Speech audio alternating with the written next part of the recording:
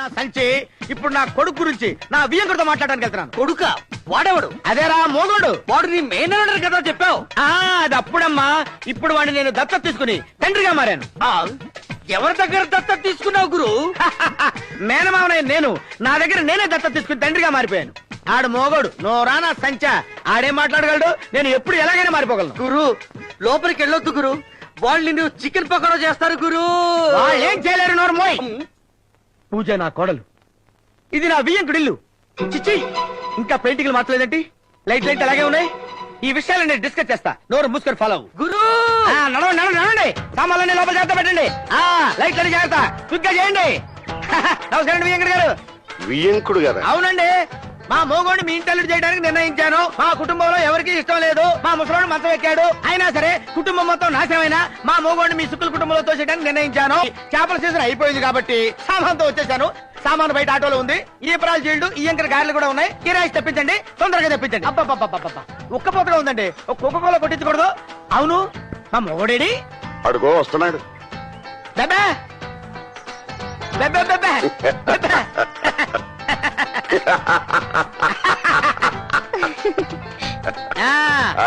ఈ పెంచలై నీకేమవుతాడయ్యా? అబ్బాయి అలా అడిగితే వాడికి అర్థం అవుతుందండి. ఆంగికం ఆంగికం భాషలో అడగాలి.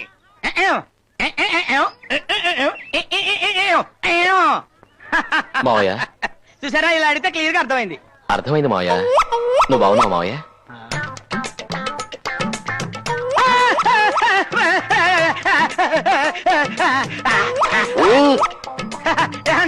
వాడు మాట్లాడుతున్నాడండి. ఏరా ఒకసారి మావయ్యనమ్మో. మావయ్య, నేను మూగవాణ్ణి కాదని, మీకు సముద్రంలో దొరికానని ఇక్కడ అందరికీ తెలిసిపోయింది. అబ్బా, ఎంత బాగా వినిపించావురా. చూసారండి, మావాడు జీవితంలో మొట్టమొదటిసారి మాట్లాడుతున్నాడండి. మొట్టమొదటిసారి కాదు మావయ్య, మొదటి నుంచే మాట్లాడుతున్నాను. నేను వీడు మొట్టమొదటిసారి మాట్లాడుతున్నాడు ఈ కూరగాయల మీద. ఒరేయ్, మాటలొచ్చినోడు మూగోడుగా యాక్ట్ చేయడం చూశాను గానీ మూగోడు మాటలొచ్చినోడు యాక్ట్ చేయడం నిన్నే చూశాను రా.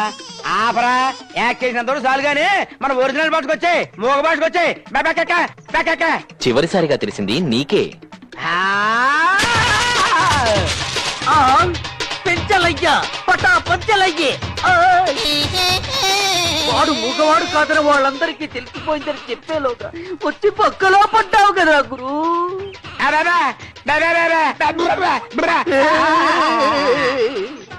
పెంచల్, ఇప్పటి వరకు ఏం జరగలేదు గాని సరిగ్గా సమాధానం చెప్పలేదనుకో, ఇప్పుడు జరుగుద్ది. నాకేం తెలియదండి, నా సంచి తిరిగిపోయింది. ఈడు మాటలు వచ్చిన మూగోడు అన్న సంగతి ఆ గంగమ్మ తల్లి సాక్షిగా నాకు తెలవదండి. ఇతను నీకు మేనల్లుడు ఎలా అవుతాడు? అదే, భారతదేశంలో ఉన్న ఆడవాళ్ళందరూ అప్పా చెల్లెళ్ళని ఎప్పుడో శంకరదయాళ సినిమా నాకు చెప్పినట్టు గుర్తండి. ఈడే అప్పకో చెల్లికో పుట్టుంటాడండి. ఆ విధంగా నాకు మేనల్లుడు అయ్యాడండి. ఏమైతేనే నువ్వు ఒక మంచి మనిషిని మా ఇంటికి తీర్చిన వ్యక్తివి. నీ బాకీ మొత్తం మాఫీ చేస్తాను. బాకీ మొత్తం క్లియర్ చేస్తారా? వడ్డీతో సహా. నీ బోటు నువ్వు తీసుకెళ్లొచ్చు.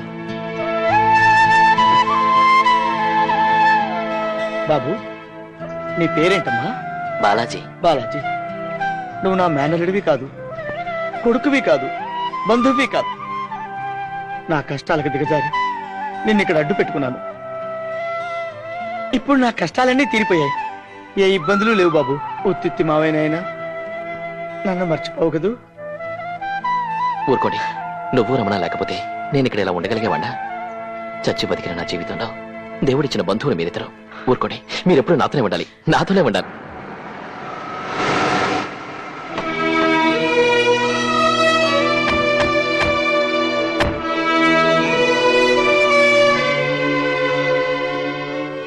నమస్కారం. నమస్కారం. రండి కూర్చోండి. రమణమూర్తి మాస్టర్ మీరే కదా? అవునండి. బాలాజీ మీ అబ్బాయిగా? అవునండి. వాడు చేసిన అప్పులన్నీ తీర్చేశాను. పూజా బల్వందర్ సింగ్ ఫైనాన్స్ కార్పొరేషన్ లో మా వాడు చుట్టూ వేసేట. ఆ డబ్బు వాళ్ళు పంపించారు. కానీ మీకు అప్పున్నట్టు బల్వీందర్ సింగ్ నేనేనండి. అలాగా? ఆ డబ్బు మేమే పంపాం. వాడి రుణం వాడే తీర్చుకున్నాడు. వాడి దారిని వెళ్ళిపోయాడు. రుణం తీర్చుకున్న మాట మాత్రం వాస్తవం మాస్టర్జీ. మీరు వెంటనే బయలుదేరండి. నేను వెళ్తున్నాను, మీరు దగ్గర నుండి తీసుకున్నాను.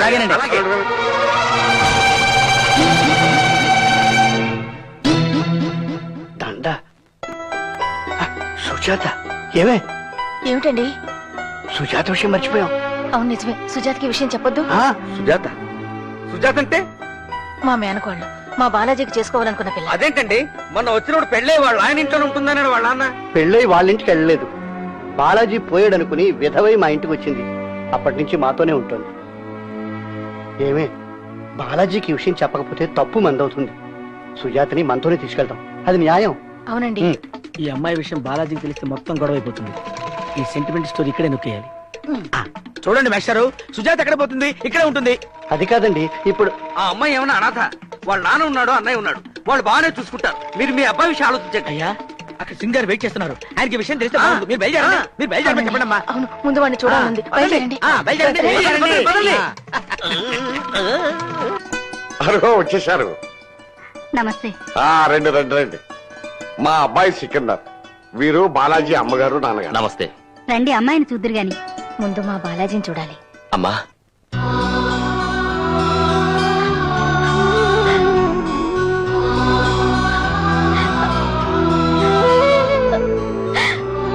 బాబు, బాబు, నిన్ను మళ్ళీ నేను చూస్తాననుకోలేదురా.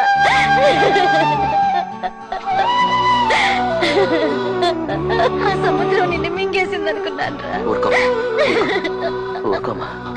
చూడండమ్మా, ఇది బాధపడాల్సిన సమయం కాదు. అన్ని కష్టాలు తీరిపోయాయి. కాలగర్భంలో కలిసిపోయాడు అనుకున్న మీ కొడుకు మీ కళ్ళ ముందున్నాడు. ఇంతకంటే అదృష్టం ఏముంది? మీరు కాస్త రెస్ట్ తీసుకోండి, మేము మళ్ళీ వస్తాం. బాలాజీ, ఏంటమ్మా, ఏమిటి? బాబు, నీకో విషయం చెప్పాలరా. చెప్పు. నేను ఆలోచించమని చెప్పట్లేదు, విషయం నువ్వు అర్థం చేసుకుంటావని. అసలు ఈ ప్రస్తావన ఎందుకు తీసుకురావాల్సి వచ్చిందంటే, ఇప్పుడు ఆ విషయాలంటే అవసరం అంటారా? హడావుడిగా పెళ్లి నిశ్చయమైపోయింది, శుభలాగా ఇంకా పంచిపెట్టలేదు, బంధువులకి ఇంకా తెలియపట్టలేదు. ఇవేగా. ఏమయ్యా, నీకు అసలు ఏమైనా బ్రెయిన్ పనిచేస్తుందా? వాళ్ళు వచ్చి ఎంతసేపు అయింది? ఆ అమ్మాయికి అందమైన చీర కట్టి తీసుకొచ్చి వాళ్ళ పాదాలకు నమస్కారం చేసి ఆశీస్సులు తీసుకోవాలద్దా? అది కాదు, అమ్మేదో చెప్పాలి. ఎందుకు చెప్పదయ్యా? ఎందుకు చెప్పదు? నా కోడలు అర్జెంట్ తీసుకురారా, నాకు చూడాలందని అందా? అదే నేనైతే ఊరుకునేవాడా? అసలు ఈ పెళ్ళే క్యాన్సిల్ చేసేవాడి. వెళ్ళవయ్యా, వెళ్ళవయ్యా. ఏంటయ్యా నన్ను మాట్లాడినవరా? నేను మాస్టర్, నేను తప్పు చేయకూడదు. ఈ ఇంటి పెద్దలకి ఈ విషయం చెప్పి తీరాల్సిందే. చెప్పండి. బాలాజీ జీవితం ఇప్పుడిప్పుడే గతుకుల నుంచి గట్టున పడుతోంది. మీరు ఈ విషయం చెబితే బాలాజీ పెళ్లి చేసుకోడు. పూజకి ఏమైనా అన్యాయం జరుగుతుంది అనుకుంటే వాళ్ళు ఊరుకోరు, బాలాజీని నరికేస్తారు. అలా జరగాలనుకుంటే వెళ్ళి నిజం చెప్పండి. చూడండి, ఏ రోజైతే వాడి చేతికి మీరు ఉరితాడిచ్చారో, ఏ రోజైతే వాడు గంగమ్మ ఊళ్ళో దూకాడో, మీ కొడుగ్గా వాడు ఆనాడే చచ్చిపోయాడండి. ఆడు గంగమ్మ ఊళ్ళో మళ్ళీ పుట్టి మా బాలాజీ అయ్యాడు. వాడి బాగోగులు చూసుకునే బాధ్యత మాకుంది. సుజాత జీవితం ఇంకా మీ చేతుల్లో ఉంది, కానీ బాలాజీ జీవితం వాడి చేతుల్లో లేదు, మీ చేతుల్లో లేదు. ఆ పంజాబీ వాళ్ళ ఆత్మీయతల్లో ఉంది. ఏం జరిగినా బాలాజీ మళ్ళీ రోడ్డు మీద పడతాడు. మీ చేతులతో మీరే చంపాలనుకుంటే వెళ్ళండి, వెళ్ళండి. మీ మీద తప్పు పెట్టుకోవద్దు మేస్టారు, వెళ్ళండి.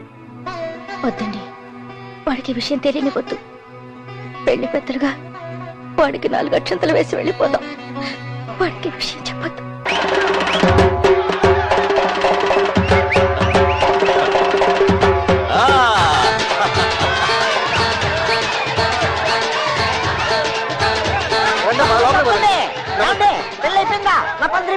అప్పుడే పెళ్ళైపోవడం అంటే ఇంకా ముహూర్తానికి అరగంట టైం ఉంది. ఇంకా మూతలకు టైం అవ్వలేదా? నేను పెళ్లి చేసిండే, నాకు పందిరి ఇప్పించుకోవాలా? పెళ్లి నీ 4 కొయ్య, నీ పందిరి కోసం పెళ్ళా? పందిరి ఏమో మొదట నా వల్ల పడి తర్వాత నీ వల్ల పడ్డాడు కాబట్టి మీ ఇద్దరికి నా మధ్య అంగుళీకాలు. చేప వల్లలాగా కలిసి ఉండండి. చేప వల్లగంటే నా సంచి, చేప నీరు అనాలి. ఏమైనా పంజాబోడు పంజాబోడేనయ్యా. ఆకాశం అంత పందిరి వేసాడు, నువ్వు భోజనాలు ఎక్కడెట్టాడో తెలుసుకోవడం కష్టం. ఏట్రా ఇదేంటి పెళ్లి కొడుకు మన ఊరు బాలాజీ గుడిలో ఉన్నాడు. బాలాజీల కంటే బాలాజీయే. చచ్చిపోయాడు, ఎలా బతికాడు? ఇక్కడికి ఎలా వచ్చాడు? వీడికో హిస్టరీ ఉందని మరదలు ఉందని పాపం వీళ్ళకి తెలదేమో. ఈ విషయం పెద్ద సింగ్ గారితో చెప్పకపోతే మాట్లాడిపోతాం. ఎక్కడికంటే వెళ్తున్నారు? ఎక్కడికి వెళ్తున్నారు? ఏమండి, ఆడు మా ఊరు బాలాజీ గుడిలో లేడు. ఏంటి బాలాజా? నా సంచయం కాదు. ఆడి పేరు బర్బర్ సింగ్, ఆడి తాత పేరు ములాయం సింగ్, ఆడి ముత్తాత పేరు బిమిడి సింగ్, ఆడి పేరు టింగ్ టింగ్ సింగ్, ఆడి అమ్మ పేరు సింగరామ్ సింగ్. ఫ్యాషన్ కోసం గడ్డం తీసేశాడు అంతే. అయ్యో బాబోయ్, కొంపలు అంటుకోనమాట. మరి చూసావా, అనవసరంగా నువ్వు తొందరపడి చెప్పావు అనుకో, ఆ పెద్ద నిన్ను ముక్కల ముక్కల కింద నరికేసి పాలా వండేసి. అయినా మీకు ఈ గొడవలను ఎందుకే? అవతల భోజనాలు ఎడతారు, వెండికి ఇస్తున్నారు. వెళ్ళిపో. ఎక్కడెక్కడ అక్కడ. పదవయ్యా.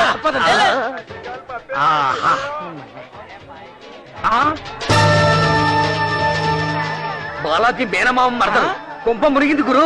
రండి రండి రండి రండి రండి. మొన్న మీ ఊరిచ్చినప్పుడు మీ ఇంటికి వద్దాం అనుకున్నాను కానీ కుదరలేదు. రండి భోజనం కానీ. ఏం అక్కర్లేదు, ఈ నాటకం తేల్చడానికి వచ్చాను. ఏమండి మీకు దండం పెడతానండి, ముహూర్తానికి ఇంకా 5 నిమిషాల టైమే ఉంది.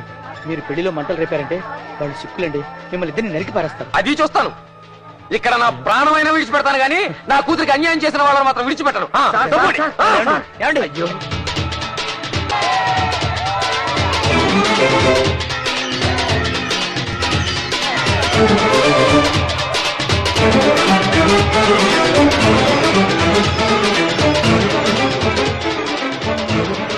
బాలాజీ వాళ్ళెవరు? ఆగండి బాబు,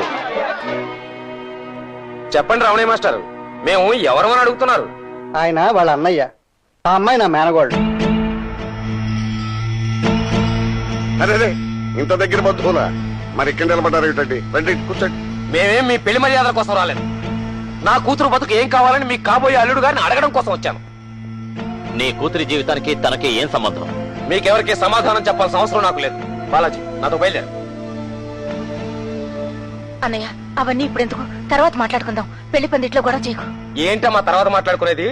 నీ కొడుకు బతుకున్నాడు, కోట్లకి తాళి కడుతున్నాడు, మీరు పొంగిపోతున్నారు. నా కూతురు అన్యాయం అయిపోయినా పర్వాలేదే? గోపాలం, మనం అందరం ఉండగా దానికి అన్యాయం ఎందుకు జరుగుతుందయ్యా? ఏదో ఆలోచిద్దాం. నువ్వు గట్టు మీద నిలబడి మాట్లాడుతున్నావు మాస్టారు, కానీ నేను నా కూతురు నీళ్ళలో కొట్టుకుపోతూ మాట్లాడుతున్నావు. ఆ కష్టం ఏమిటో నాకు తెలుసు. ఇంతకీ నువ్వు అనేదేంటి? అనేదే ఉంది, అర్థం కాలే? నా మేనల్ నుండి నాతో రమ్మంటున్నాను. ఏం మాట్లాడుతున్నావు నీకు తెలుసా? పెళ్లి పందిట్లోంచి అతను తీసుకెళ్తానంటావా? అవును, వాడు పెళ్లి కొడుకుగా కూర్చోవలసింది ఈ పెళ్లి పందిట్లో కాదు, నా ఇంటి ముందు వేసే పెళ్లి పందిట్లో. వాడి పక్కన కూర్చోవలసింది నీ చెల్లెలు కాదు, నా కూతురు. ఇక్కడ పెళ్లి జరుగుతుంటే ఆపేసి రమ్మంటావా? అయితే దీని గతేంటి? మీకేమండి కోటేశ్వర్లు, ఎన్నిసార్లు పెళ్లి చెడిపోయినా మళ్ళీ చేయగలరు. ఒకసారి పెళ్లి చెడిందటగా, ఇది ఇంకోసారి అనుకోండి. ఏం కూర్చోవరు?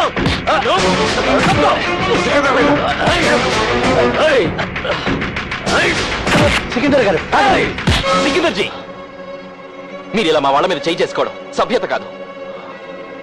అతను నా చెల్లెల గురించి మాట్లాడింది పద్ధతి కాలేదు. ఏ నీ చెల్లెలు ఒక్క మాట అన్నందుకే నీకు ఎంత ఉక్రోషం వచ్చింది? నా కూతురు వీడు చచ్చాడనుకుని వీడు 3 ముళ్ళు వేయకపోయినా విధవరాలుగా వీడింట్లోనే పడుందే, దానికి సమాధానం చెప్పేవాళ్ళు ఎవరు? నిజమే, వారి మీద ప్రేమను చంపుకోలేక తన భవిష్యత్తును చంపుకొని ఇలా మా ఇంట్లో ఉన్నమాట నిజమే. నిజానికి ఈ విషయం చాలాసార్లు చెప్పాలని ప్రయత్నించాను, కానీ వాడు బతికే ఉన్నాడని సంతోషంలో చెప్పలేకపోయింది.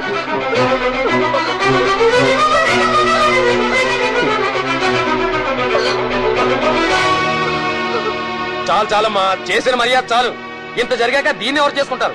నువ్వు వాడిని కట్టేసుకుంటే దీని బతుకు ఏమైపోవాలి? జవాబు చెప్పు, మాట్లాడవే. తను మాట్లాడలేదు, మూగది. నన్ను క్షమించు, నీ పెళ్లి చెడగొట్టడానికి రాలేదు, మా బావ కోసం వచ్చాను.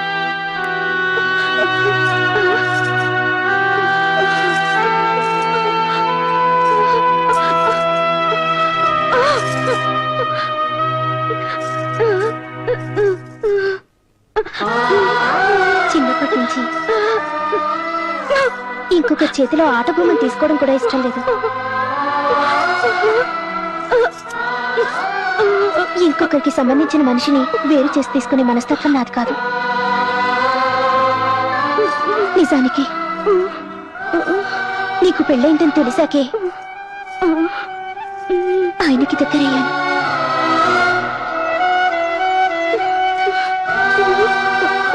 అది నా తప్పే కావచ్చు,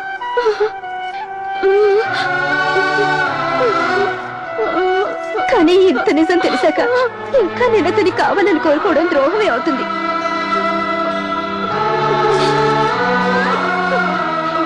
అతనికి భార్య అయ్యే హక్కు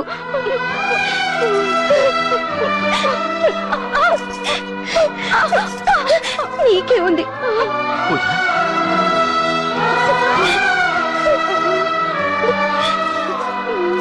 నీ ఇద్దరిని విడదీయడం నాకు ఇష్టం లేదు. మధ్యలో వచ్చిన దాన్ని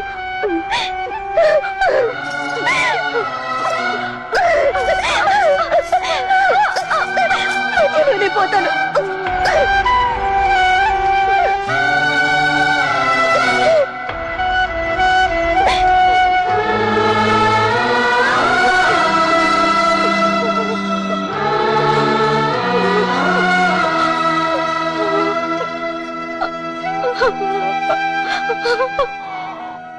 సారీ సికిందర్జీ, నన్ను క్షమించండి.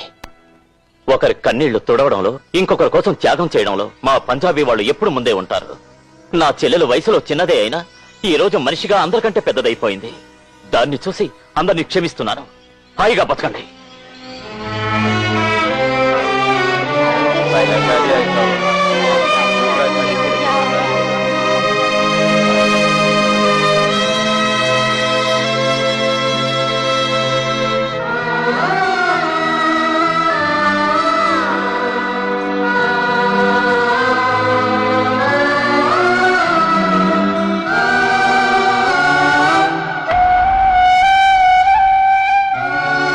మీరందరూ గొప్ప మనుషులు. నేనొక్కడిని మనసు లేని మనిషిని, దురదృష్టం తరివితే పారిపోయే పిరికివాణ్ణి. నా జీవితంలో ఎవరికి ఏ ఆశ కల్పించలేదు, చివరికి నా తల్లిదండ్రులకు కూడా. కానీ జీవితంలో మొదటిసారిగా ఒక మోగదానికి జీవితాంతం తోడుంటానని ఆశలు కల్పించాను. ఈ కుటుంబానంతా నమ్మించాను. ఇప్పుడు అది ఓడిపోయాను. నేను మనిషిగా ఉండడం కంటే శవంగా ఉంటేనే ప్రశాంతంగా ఉంటుంది. పదండి. ఆగు బావా. మనసులోని బాధని, ఆవేశాన్ని బయటికి చెప్పుకోలేని అభాగ్యురాలు ఆ అమ్మాయి. ఆ మూగ మనసుని క్షోభ పెట్టడం ఎవరికీ మంచిది కాదు. నోరు లేని మూగ మనిషికి అంత పెద్ద మనసున్నప్పుడు ఆ మనసును అర్థం చేసుకోలేని దాన్ని నేనే మనిషిని. నిజానికి తప్పు నాది ఉంది. నువ్వు బతికున్నావని తెలియక నా నుదుటి పుట్టు చెరిపేసుకున్నాను. మేమంతా నీ చావుకు కారణమయ్యాం. ఆ అమ్మాయి నీ బతుక్కి కారణమైంది. ఇంత తెలిసాక కూడా నేను స్వార్థపరాల్ని కాకూడదు బావా. నువ్వు ఆ అమ్మాయికి చెందటం న్యాయం. ఇదేదో త్యాగం చేద్దామనో మీ అందరి సానుభూతి పొందడం కోసమో చెప్తాను కాదు. నా మనస్ఫూర్తిగా చెప్తున్నాను. ముత్తైదు ఉన్నాయి, నేను మీ పెళ్లి జరిపిస్తాను. వెళ్ళు బావా, వెళ్ళు. పూజను తీసుకొచ్చి కళ్యాణ మండపంలో కూర్చోబెట్టు.